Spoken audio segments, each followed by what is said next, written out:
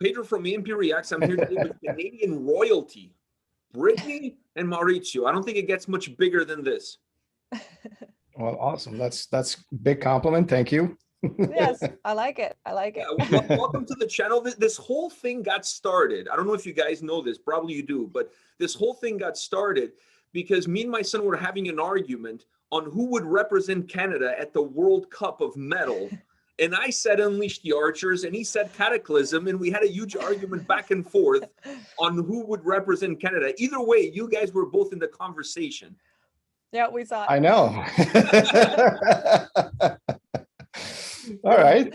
So tell me, who should represent? I feel like he should be here, explaining his rationale for Cataclysm, since I was the one going with Unleash the Archers. I just figure since the Juno victory would only be fair to send them to represent Canada at the World Cup of Metal. It's like, yeah. I think so too, right? But can they play soccer? Can they play soccer? You need to know how to play the sport, you know? We know they can run. We know we can run. True. So half the battle. Yeah. No, everything was cool. And the only thing that bothered me is your son saying I'm not Canadian or something like that. Well, they don't live in Canada. Yeah. Well, I'm going to put my passport. I got one. No, he said something like I was a traitor or something for moving to the States. I was like, what? It's patriotic nature. He still loves you, and he still loves the band. That's why he wanted to put you guys on their airplane. Where is he? I thought he'd be here. He's playing video games. You know how it is with kids. Yeah. The priorities. It's all about priorities.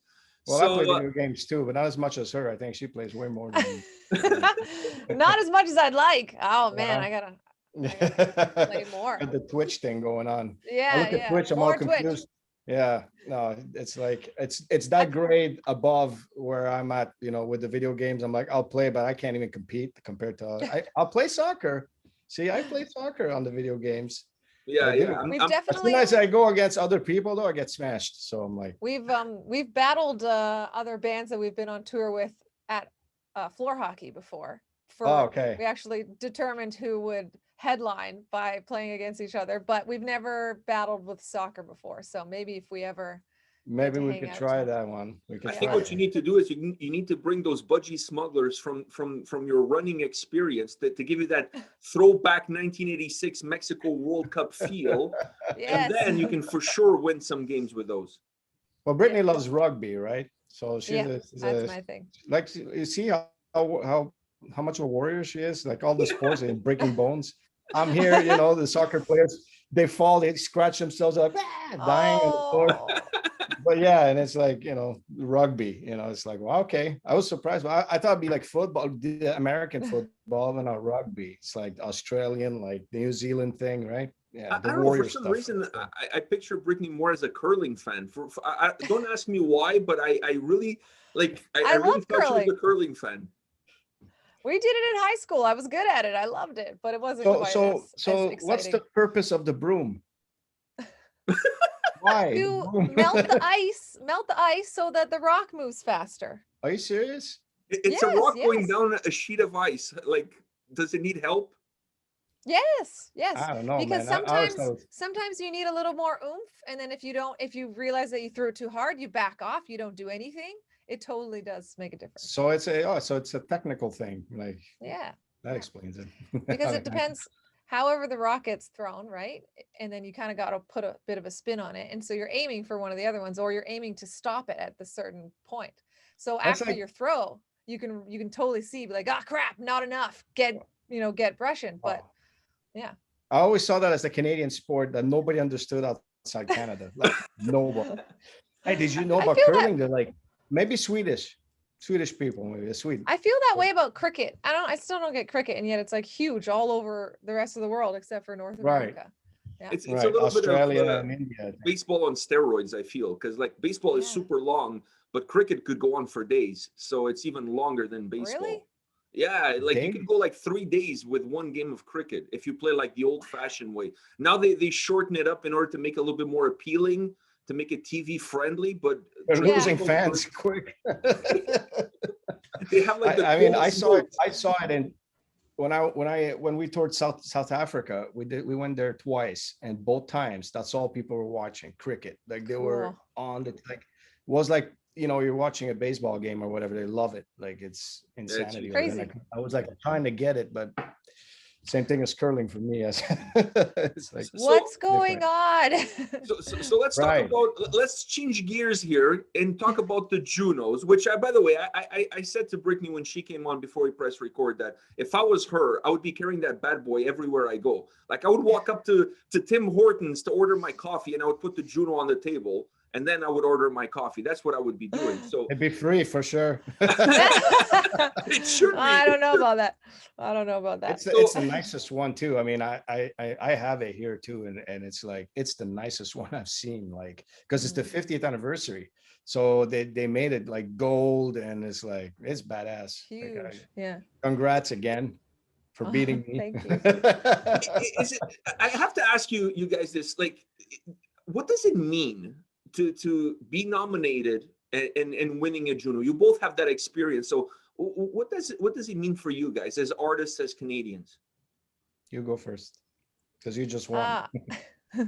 Well, I mean, first of all, it's incredible just to even be recognized as a, you know, someone that plays heavy metal in a country that really doesn't put it on the forefront at all. Mainstream, nothing, zero kind of recognition in any other way. So it's amazing for the Junos to actually include us, just first off, and then for, you know, them to get it and to have bands, you know, the fact that it's based on an album, so you have to have released an album that year, and so that means that you've got to be current and relevant and still working and doing stuff. You know, they're not just grabbing like big names from the past and throwing them in there for a, you know, whatever reason. That's amazing as well. You're competing against your peers and people that are in the scene, and it's just awesome to be, you know, to know that maybe for a single moment, someone out there that didn't know that heavy and hard music existed saw it for a moment, just to, you know what I mean, that 15 seconds of fame Right. kind of a thing. That's just, and she's right. Yeah, means so she's much. absolutely Yeah. right. Yeah, that's what it is. Look, it doesn't change a career to extents where, you know, all of a sudden you're everywhere in Canada on mainstream or whatever, and you know all these sponsorships are coming, all kinds of money. I mean, maybe in hip hop a little bit or whatever, more pop music, but in metal, no. You know, it's just they're like, hey, you got nominated, be happy. You know, like it's already a big thing. For me, it's more when I won. It was more like my family knows what that is, right? Yeah. And Yeah. they're like, for when I started, what I did was taboo, and it was a long time ago. I'm talking about a time where fax machine was the internet. Okay, so like it's like that. That's when I started. So basically, at that time, playing death metal was like the craziest thing you know my son could do. My mom was like, "You're crazy. You gotta cut your hair, get a job, Italian." You know, like that doesn't. So years later, you win that, and it's like your whole family's like, "Oh my God!" Like, it's like, "Wow, now you're cool." Yeah. Right? Doesn't matter if you're selling out rooms or whatever. It's like, "Oh wow," you know. It's like you can, but you know, Brittney, you could sing. That's like you're singing. The talent is, you know, recognizable from anybody. Like, but what I do is the screaming part is more like, okay, you know, you wanted doing that, you know, it was kind of Yeah. like Yeah. so yeah. So I Yeah. think that's really cool. They finally recognized it, and you know, it's cool that they put new bands, that they're not always, like you said, going with the known names. You know, they'll throw a band that's out there that, you know, is even doing it independently, which is great. Mhm. You know, so yeah, so I think it's a cool thing. You know, the 15 minutes of happiness there or fame, Totally. we'll call it. Yeah. Yeah. Yeah. Now, everybody always says the same thing. It's just an honor to be nominated. But Maurizio, when Cataclysm didn't come up, were you like, damn it, I told all my family to stream this damn thing, and now I No. didn't win? No, I'll be honest with you. I told her I knew it, that the band was gonna win. Like I knew Unleash Your Archer had this. They wouldn't have won it. It would have been, to me, a travesty simply because they had the biggest record, sales wise, stream wise. They just were on the map everywhere. I've never seen the band do almost a year on promotion on a record. It's a 3-month thing, and after 3 months you're done. They're like 6 months. She's still getting all these. I don't know how she pulled it off, the demand on it. Like I'm doing the XDale now. I'm like, can I cancel them tomorrow? You know, it's like, it drives me crazy. So they deserved it. And, you know, look, everybody's like, yeah, Annihilator's been around a long time. You know, that was the band, you know, that probably it would have been a toss up between both of them, you know. But today matters, you know, today matters. So I think that they deserved it, and that's it. You know, Annihilator could try next time and they'll probably get it, you know, because Voivod got it. So I think what they're doing is which I think is also cool, is that they are saying, you know, bands like Voivod and stuff like that have been around for a long time that deserve it. They're legends, you know, they've opened so many doors for people. So they recognize them by, you know, also giving it to them. Let's say if they don't have the biggest streams or sales, you know, but then they do give it to the right people where, you know, Unleash the Archers have deserved it. You know what I mean? Like they came out swinging for the last few records, and it's like nonstop growth that needs to be recognized. So I'm happy for him. I knew it when it happened. I was just like, yeah. I was the only one from the other bands. Like, I also worked with the band, so for me, it was like I had two shots out of 4 of winning. It was a win-win situation. Those are good. Those are good odds. Yeah. Thank you, Maurizio. Yeah. I have to ask you this in terms of the Canadian setting, Maurizio. You know, like when you play in Canada, the audience comes to see you, regardless if you're at the headlining stage on that tour or just below the headliner. Everybody comes out to support you. Same thing with Unleash the Archers. The amount of support that the band gets, not just in Canada, but worldwide now. I mean, you guys are a name that everybody recognizes throughout the world. Is this a sign of a healthy ecosystem as far as the metal scene is concerned in Canada? It's a very, very good question, because in Canada, the fans support their bands. This has always been a good thing, you know. It's not like in the States where you're cool for a month and the next month you're gone, you know. So you got that loyalty, which is super important. And Canada is one of the only countries that can give you that. Germany is another one, but like Canada is one that's good with that.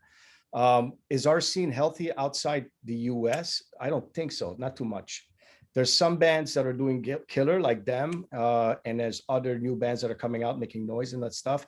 But you have to look at the longevity of bands, you know, and how, you know, the Canadian thing for some reason has always slowed us down with the Americans. It's always been a battle, the border thing, right? And I noticed when I moved to the US, everything unlocked really quickly for us, you know, as a band, just because American address, things changed, you know. It's not that I'm knocking anything that's coming out of Canada. The problem is it's got this stigma, you know, a little bit. And it's like, we always have to work much harder to get noticed. And you look at and that's why, in my opinion, you have a lot of these ultra technical bands that come out of Canada where they're like over the top. They're the best. You know, you got bands like Beyond Creation and all these other bands that are coming out that like could you know, Arcspire, I think. Arcspire, yeah. Great band. Yeah. Like they're all coming out with this crazy stuff. You know, I'm not talking more technical death metal or whatever, but they need to do that to be able to, hey, we're here. You know, Cryptopsy, same thing. When they came out, they were the most extreme thing out there. People were like, whoa, you know. So, you know, or you have to have the voice of Brittney and then be like, you know, Rob Halford would be if it was a female, you know. It's like boom, you know. So it's like you have to have that talent, and it's not just like the US, you just get signed and you're done just because you're out of New York, for example, or whatever. So I see I see it healthy in the sense that the bands coming out are doing well, but I still see it as a struggle for us to come out, you know, like for the bands that come out of Canada. It's a little harder. Positioning on festivals, stuff like that is difficult, you know, to get us, Totally. You know, Canadian bands headlining other than Devin Townsend, I don't see too many. No. You know, so unless you're doing smaller, like I'm doing a festival in Switzerland and it's 4,000 people, I'm headlining that. But it's you're not doing 10,000, 15, 20, maybe they will, that's the plan. We want to push that. We want to make bands noticeable and just, yeah, we're from Canada, but we're also as good as anybody out there, or Sabaton or whatever, Mm-hmm. I think that's my view on it. Is that what, for example, pushes Unleash the Archers to do a headlining US tour? Or in terms of the geography of Canada, does that limit your ability to do like an all Canadian tour? Well, yeah, I mean, the geography is a little bit difficult. There's a big gap of not much going on in the middle there. But well, the only reason why we didn't put like Eastern Canadian dates on this tour or Canadian dates at all is because venues aren't open and we literally are not allowed to play them. And promoters were just like, let's not take the chance right now. Otherwise, we would have absolutely packed Canadian dates into the tour as well. So that's just an unfortunate circumstance. Yeah. But I mean, yeah, we've gotten a lot of support from the US since we started really kind of focusing on that scene from throughout COVID with Twitch and Discord and everything, and really trying to connect with our fans. And huge usership on both of those platforms are Americans, so that's why the tour is doing so well. But the thing is that the promoters don't know who we are because we're Canadian, and so they have like zero faith in us. So they put us in these tiny little venues. They're like, yeah, whoever you are. And then they sell out and they're like, oh, okay, sorry about that. And it's just like, yeah, because we're from Canada. And people, they just they don't think, we're just going to be little, I don't know, country bumpkins. They're underestimated right now because it's one of those things where the underground fan base is massive at the moment. The band is just growing and growing, but they never really came across in the country. They haven't really toured much. So because of that, there's not this history behind them as far as the club level is concerned. But the first time they came across, they made such a big wave that, how many offers did you guys get? Like crazy stuff, all kinds of bands asking for them, for support or whatever. Unfortunately, I think for Unleash the Archers, and I'm talking as the manager of the band, like, and I feel I'm part of the band, so it's kind of like, it was so frustrating because we had such a great campaign for this record and everything went according to plan. And then this COVID hit and we had so many tours planned, so many festivals, like what, 16?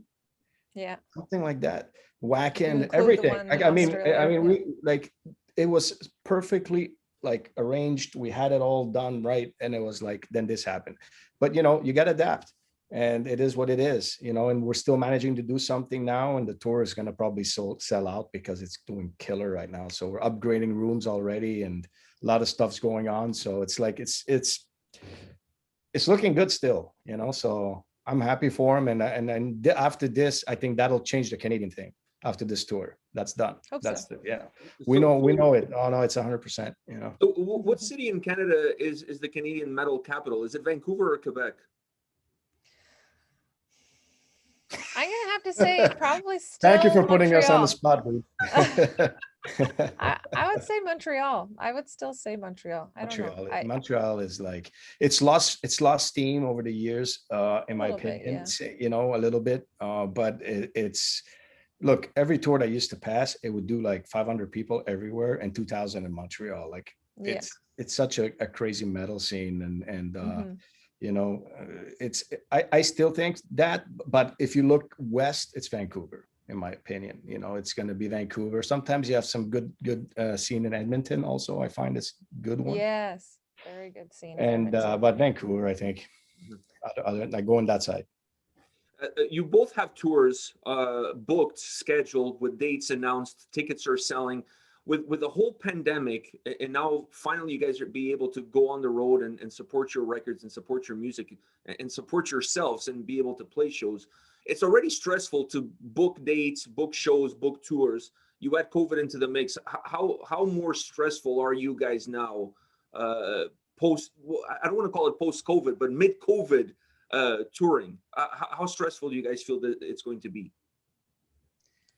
Maurizio's going out before we are, so I don't even know how you you get to do. I'm leaving you get next to be week. the guinea pig. You get to be the So guinea pig. I keep getting that all the time lately. You know, you're gonna be, as I, you know, it's like you go out there first, dude. You know, Yeah. so basically, I'm leaving next Tuesday or Wednesday, I believe. We have rehearsals, and then because we haven't really practiced, where everybody lives everywhere, so you know, it's the first time we're all getting together after almost 2 years. So we rented a spot here. We're going to rehearse for a couple of days, and then we're going to head out. Um, it looked great up until about a week ago, and with this Delta thing that's starting to like just come out of everywhere, and it's like America, how it is.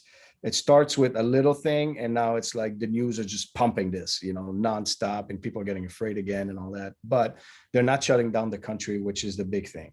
And we have people that we know that are in government also that we always talking to, because we are associated with them because of the clubs that we work with and the agency. So I do get information before, and that's out of the picture for now. So if they shut down the country with 55% of the population vaccinated, is a big problem on the credibility of the vaccines. So they're not going to do that. But the masks are going to come back. So like, for example, Los Angeles is sold out right now. We were so happy because it's 1,000 people, and then it's like masks. So it's the only place so far out of the tour that the kids have to wear a mask. So everybody has to wear a mask for that show. Not us, but the fans. So do I care? No. It's like, it's better to be safe on that level, and mask up, and that's it. What is it? It's not hard to do. Just do it. It's better to do that and have concerts. 100%. And not to have it. I think it sucks to drink a beer with the mask, but they'll have to figure that part out. So it's a little nerve-wracking on that end. Also, 2 years and not doing shows. I think it's kind of, that sucks. It's like, I don't know about you with your voice, but for me, it's kind of, even though I've been doing this for so long, it's still kind of like, I don't want to wreck it after a couple of days off the bat, because you're so nervous, because it's all about the way you approach it, right? If you come in, I'm nervous, and you're screaming harder, and you can blow your voice. So that's the other thing. So I'm kind of trying to get into the mood that this is happening for real, because I think disappointed. We're the only ones that are like, stress affects our instrument. It's not fair, because we like physically can't do what we do if we're like, freaking out kind of thing. So and nobody will understand that. Prepare. No, for sure. They say we got the easiest job because we don't have to put a drum together or whatever, but we're still, it's still a thing. So how are you feeling? You've had tour after tour get canceled I know. and pushed, and festivals. You're going? No, you're not going anymore. That's been happening a lot to Unleash the Archers. So this one looks like it's going to happen. So are you excited about it? Yeah, we've been getting ready for a while. Because we had a bunch of festivals booked, and then it was this many, and then it was this many, and then so, but luckily we still get to do 2 of them. So yeah, we've been jamming for about 6 weeks now, like pretty regularly. So I'm feeling good, and yeah, it's gonna be definitely a kind of like how do I do this? Remember kind of a thing when I hit the stage, for sure. But I mean, really, really excited to do it. Cannot wait. Just cannot wait. It's going to be such a good time. The new songs, right? The new songs. Everyone. I haven't played any of the last record songs live yet, so we don't even know how it's going to go over. So it'll be fun. It'll be fun as long as it happens. Once you do it and it's done, it's done. So it's like, okay, so there's a chance. So that everything comes. Everyone's gonna know the song so well. Everyone's gonna love it. It's gonna be great. Right. Yeah, I think so too. And let's not forget about the partnership outside of Unleash the Archers and you being their manager. Now you had Brittney with X Dio on a track. I want to talk a little bit about that, but before that, I have to ask. So, Brittney, are you going to have Maurizio on a track on the next Unleash the Archers album? Oh man, I would love that. That would be great. Yeah, for sure. If you can get him on somebody, the impact will be different though. When she comes on my song, it's like boom. I'm gonna go there. No. Who's this guy? Hey, your fans are brutal. I thought mine were brutal. Yours are brutal. No, they really are. Yeah. When it comes to death metal, that's not singing. What's he doing? You're ruining. Put him lower in the mix. It's my song. I'm like, dude, I love that line. I laughed. I'm having my coffee in the morning. I'm reading that. I'm like, oh my God. I'm like, I know, but that's just YouTube in general. I mean, you know, I'm sure you can attest to this as well, Pedro, of all the Yeah. places where people can be the most brutal. YouTube is definitely the one, and it's not. that one in Blabbermouth, I think. Yeah. Oh Blabbermouth. yeah. I don't even look anymore. I think it's the fact that people are behind a keyboard gives them this sense of that I can say whatever I want. I personally always follow the line that if I don't have the balls to say it to you face to face, I'm also not going to say it to you on a keyboard. That's my own personal way of approaching the world, but maybe I'm old school. But you're from a different era, bro. yeah, I am from a different place. But I saw some of the comments on the video. Like, we checked out the XDO video because we wanted to see how this partnership was going to go. And some of the comments on our video, I was like people just, I don't know. Like, I think they just get a kick out of. I didn't see yours. I'm not. Should I? Well, some people said that, you know, maybe we should just let Brittney do the singing and you could go do something else. But I'm like, are you kidding me? Like, I think that just sometimes maybe they want that reaction out of you guys. Yeah. So they come up with the most absurd comments possible. It's understandable. You know what I mean? It's like, no. Although my solo album, I'm doing some cleans. My solo album, cleans a little bit, dabbling. Excited to hear that.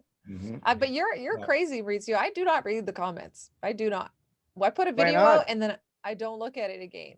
And Scott will sometimes look and find the good ones, which are the bad ones, and he'll tell me what they are. Like, oh, this guy thinks you sound like a screaming goat, and I'll be like, oh, okay, awesome, thanks for sharing. You know, like, yeah, no, I don't look at them because they don't matter.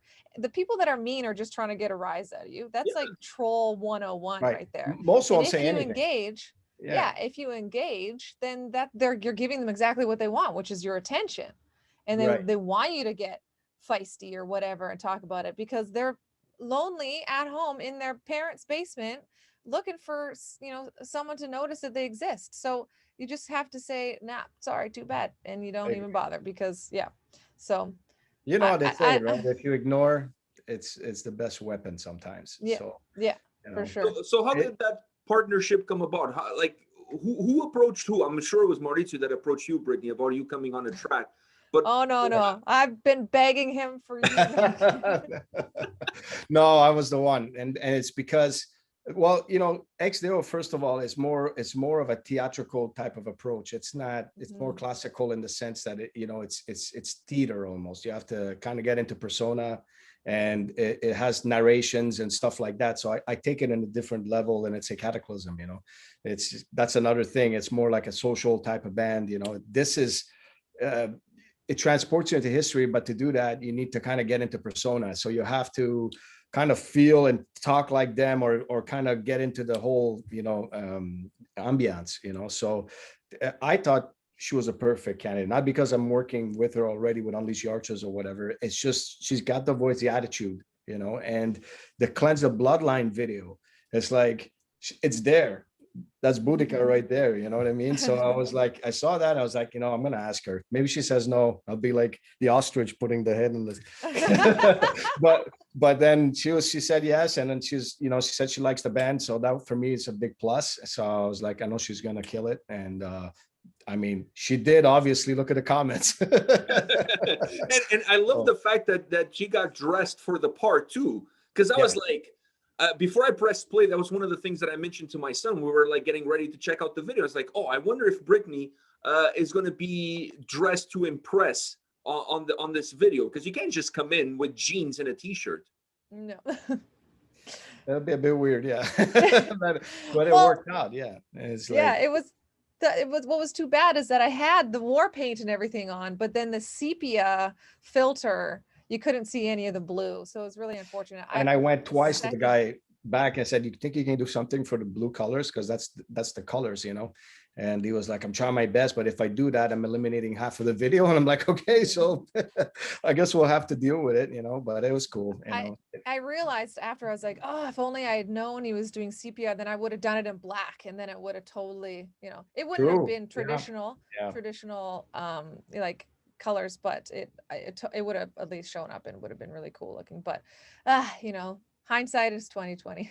Well, I like the Yeah. fact that you had a huge role within the song, because sometimes when you have a guest artist coming in, you have like 2 or 3 lines, either at the beginning of the track or at the end of the track, and it almost feels like the artist is only coming in to hype the song.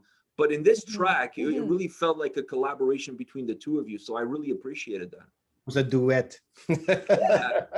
Yeah, she knocked it out, and it brought so much more to the song, and it's doing well also on radio already. So it's cool, and it's cross promotion. I think it helps. There's a lot of fans that didn't know like who Unleash the Archers were either, and they're finding out now. You know what I mean? And if you can get some death metal guys to like you, and symphonic people, that's really big. I've seen a lot of people like, "Hey, I'm buying that record," you know. So it's cool. It's a cross promotion type of thing too. It helps, Totally. you know. But I really did it because I thought she was a perfect. I'm looking at the song, you know, and for me it was about the song.